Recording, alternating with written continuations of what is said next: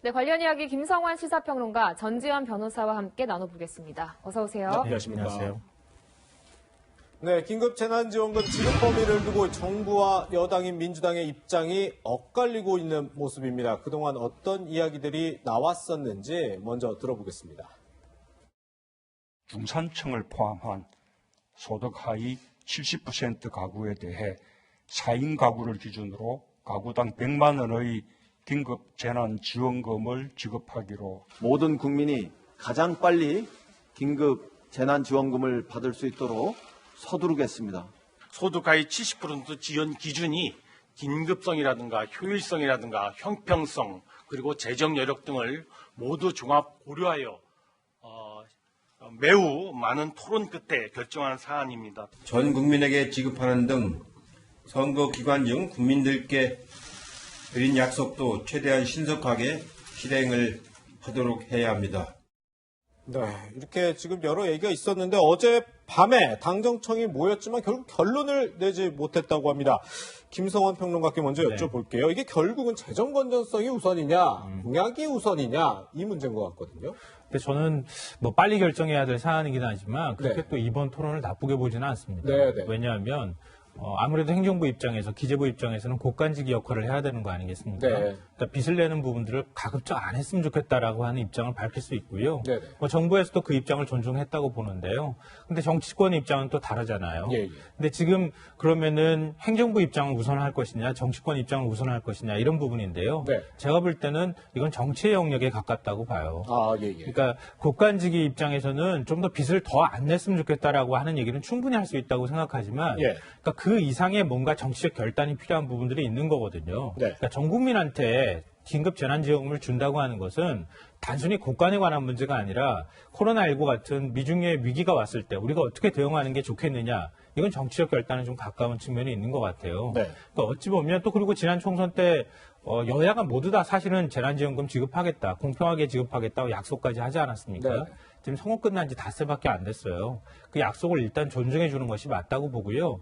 그리고 일단 경제를 돌리고 난 다음에 국민의 긴급한 생활지원금이 지급되고 난 다음에 그 다음에 그러면은 소득 상위의 재난지원금 받은 부분은 어떻게 할 것이냐. 이런 부분들은 세금으로 다시 환수할지 아니면 다른 방식으로 사회에 기여를 받을지 이런 부분들까지 같이 논의를 해야 되는 게 아닌가 생각합니다. 네, 변호사님 관건은 뭐 역시나 재원일 텐데 그러니까 민주당 안대로 전 국민에게 지원금을 주면 기존 정부안보다 3조 원 넘는 추가 재원이 필요한데 이건 어떻게 마련이 되는 겁니까? 그러니까 결국 국채 발행해야 될 것 같은데 저는 조금 생각이 다른데 정치라는 영역은 법치나 어떤 재정의 기본을 대체해서는 안 된다는 게 저의 그냥 기본적인 생각이에요. 그러니까 추경이 이번에 두 번째고 지난 1차 추경 12조 정도 편성을 하면서 이제 국채 발행으로 그거를 메꿨단 말이에요. 근데 이번에 홍남기 실장께서 이걸 중심을 잘 잡으셨어요. 그래서 2차 추경을 마련을 하면서 기존에 편성된 어떤 뭐 공무원 인건비라든지 국방 예산을 전용을 해가지고는 7조 6천억 마련하고 이제 지방 부담을 2조 1천억으로 돌려서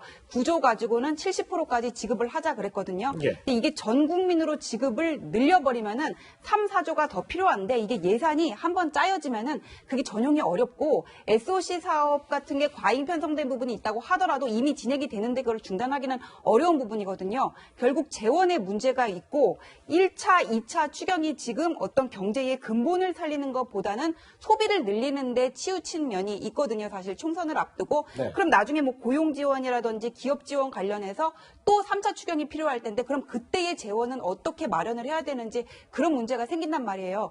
재원은 한정돼 있어. 그리고 경제는 살려야 하면은 꼭 필요한데 먼저 이렇게 투입을 해야 되는 것이 아닌가. 70% 했을 때 억울한 사각지대가 생길 수도 있지만은 원래 뭐 국정이라든지 그런 것이 100%를 만족시킬 수는 없는 거거든요. 저는 그런 점에서 기존의 정부 기조를 가져가는 게 뭐 일단 협의를 하고 일부 조정은 할 수는 있지만은 정부 기조를 유지하는 걸 원칙으로 하는 게 맞지 않나 그런 생각이 듭니다. 이렇게 말씀하시죠. 이게 참 쉽지는 않은 문제인데요. 그러니까 가장 큰 것은 뭐냐 하면은 일단 빨리 지급해야 된다는 거잖아요. 대원칙이 그거예요. 그리고 둘째로는 공백이 없도록 지원해줘야 하는 거예요. 근데 정부에서 아무리 정교하게 70%를 걸러낸다 하더라도 거기 안 걸리거나 아니면 거기 이상하게 걸리거나 아니면 받아야 되는데 못 받는 사람들이 막 생긴다는 거예요. 이게 행정적인 기술적인 한계에 관한 문제이기도 해요. 행정비용이라고 보통 얘기를 하는 거거든요. 예. 이렇게 해서 골라내는 행정비용이 어마어마하게 더 들어가는 거예요. 예. 그러니까 차라리 그러니까 우리 뭐 재난지원금 그 기본소득 얘기할 때도 마찬가지지만 서구에서 이런 지원에 관한 문제에 있을 때 왜 기본소득이란 개념을 생각해냈겠습니까? 이게 한 반세기 동안 논란이 있었던 거거든요. 네. 그러니까 이걸 어떻게 기준을 잡을 것인지가 그 기준 자체가 애매하다는 거예요.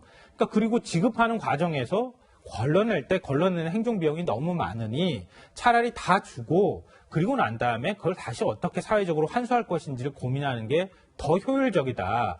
이래서 기본소득이란 개념이 나온 거예요. 네네. 그러니까 이번에도 역시 마찬가지잖아요. 소득하에 70% 걸러낸다고 하는데 아니 저는 소득이 적은데 집 있다고 안 되는 겁니까? 네. 아니 우리 맞벌인데 이거 어떻게 되는 겁니까?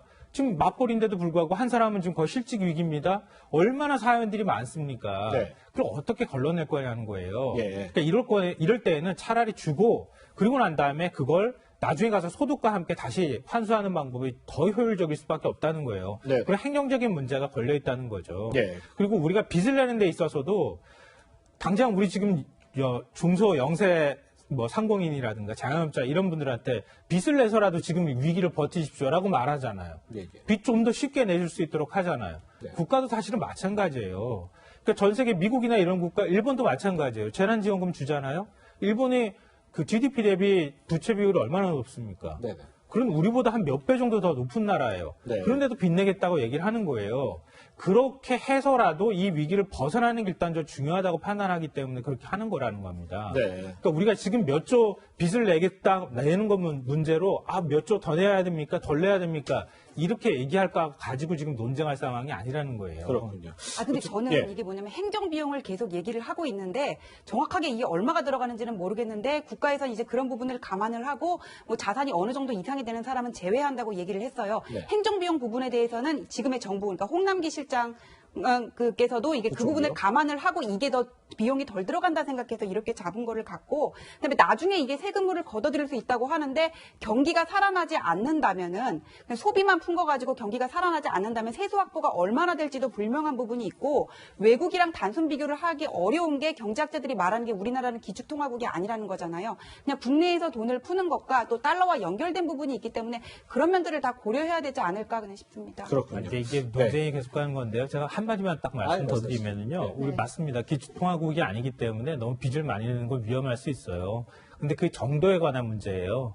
GDP 대비 우리나라 부채 비율이 한 38% 조금 넘어가고 있거든요. 네. 근데 다른 국가들은 우리나라보다 훨씬 더 많아요, 사실은. 네. 우린 재정 건전성이 그런 면에 있어서는 굉장히 좋은 국가에 포함되기 때문에 너무 두려워할 필요는 없다 이 말씀 드리고 싶고요. 네. 경제 규모가 커지는 데 따라서 빚이 조금씩 같이 늘어나는 것은 그게 오히려 나쁜 현상이라고 볼 수는 없어요. 네네. 왜냐하면 제가 돈을 많이 버니까 규모가 커지면은 거기에 따라서 예전에는 1억 원 빌렸던 사람이 지금은 2억 원 빌려도 얼마든지 버틸 수 있는 거랑 비슷한 원리라고 생각하고요. 네.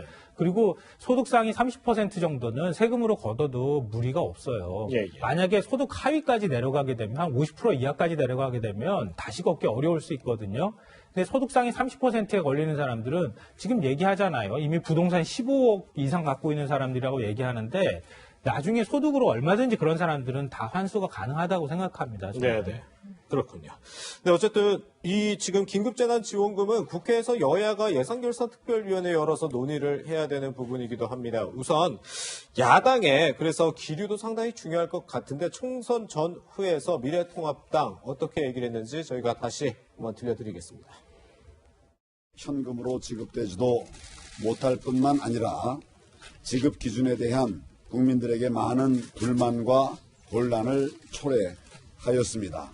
전 국민에게 1인당 50만 원을 즉각 지급하라. 조금 좀 살펴보려고요, 내용들을. 그래서 실질적으로 지금 예산 구성이 어떻게 되어 있는지 좀 살펴보고. 일단 지금 미래통합당이 긴급 재난지원금을 지급하는 것 자체를 반대하는 것 같지는 않은데 이 김재원 예산결산특별위원장 같은 경우는 적자구체 발행에 대해서는 조금 부정적인 의견을 보이고 있어요. 그래서 이게 전 국민에게 지급은 하되 예를 들어서 지금 4가구 기준으로 해서 100만 원 지급하는 부분을 조금 액수를 줄여서 좀 이렇게 재정 건전성 부분도 챙긴다든지 결국 여야 협의 과정에서 이렇게 타협점을 찾을 수 없을까요? 그러니까 오히려 저는 재원 마련 방안에 있어서 타협점을 찾으면 어떨까 하는 생각이 들어요. 그러니까 지금 정부가 기존에 예산 512조에 있는 것 중에서 일부 예산 항목들을 조정하는 거잖아요. 그러니까 그게 이제 추경을 통해서 하는 거고요. 그리고 나머지 이제 국채를 얼마나 발행할 것이냐, 그 규모를 결정하는 것인데요. 그거를 어떻게 몇 조 원 대 몇 조 원으로 분류할 것이냐, 이런 거는 저는 얼마든지 타협이 가능한 부분이라고 생각하거든요. 근데 예를 들어서 이제 그런 거죠. 아니, 우리 빚내는 거 이제 안 됩니다라고 하는, 기본적으로 재정 건전성을 우선시해서 빚내는 거 무조건 반대합니다. 이렇게 하면 또 얘기가 안 되는 거예요. 근데 저는 기본적인 태도에 관한 문제라고 좀 생각하는데요. 이번 이제 총선 끝나고 난 다음에 첫 시험대에 올라 있는 거예요. 정부 여당은 180석의 승리를 거뒀고요. 지금 이제 미래통합당 같은 경우에는 103석을 받은 거 아니겠습니까? 그러면은 많이 받은 쪽도 좀 몸을 낮추고, 그리고 적게 받은 쪽은 그동안에 막 반대하는 쪽만 가는 게 아니라 정부 여당이 협조하는 모습들을 같이 보여서 긴급 제한한 지원금이니까 다른 것도 아니고 서로 간에 조금씩 양보해서 빨리 타협하는 모습을 보여주는 게 일단 정치의 희망을 국민들이 가질 수 있도록 하는 모습이라고 생각해요. 근데 그게 예를 들면 한 50조입니다 이러면 얘기가 좀 달라지겠죠. 근데 뭐 5조 원이다, 3조 원이다 이 정도는요. 얼마든지 저는 타협이 가능하다고 생각해요. 그러니까 몇몇 사람들의 그냥 나의 정치적 소신입니다, 철학입니다 이런 걸 얘기할 때가 아니거든요. 왜냐하면 국민들 힘들어할 때는 이념에 무슨 소용이 있습니까? 철학이 무슨 소용이 있습니까? 지금 힘들어하는 국민들한테 먼저 돈이 지급되는 게 우선이지. 정치권이 그 부분을 중시해서 생각했으면 좋겠습니다. 근데 지난 총선 과정에서 왜 김종인 위원장이 예산 전용 부분을 얘기하신 적이 있거든요. 근데 이게 많은 전문가들이 얘기를 들어보면 100조 원 전용까지는 어렵다고 하더라도 가능한 부분이 있을 수 있다고 했었는데 그것과 관련해서 이제 너무 늦게 총선에 뛰어들었기 때문에 세부적인 항목에 관해서 얘기를 들을 기회가 없었어요. 이 경우에 지금 뭐 통합당 내부에서 비대위원장을 누구로 모셔올지를 지금 고민을 하고 있는데 여기에 관해서 만약에 김종인 위원장이 비대위원장이 된다면 관련해가지고 통합당 내부에서 통합당이 뭐 재난지원금을 확대하는 것 자체를 반대를 하는 게 아니라 재원 마련에 문제가 있기 때문이라는 거거든요. 그 때문에 여기에 대한 뭐 구체적인 안을 내놓는 방안도 괜찮을 거라고 생각합니다.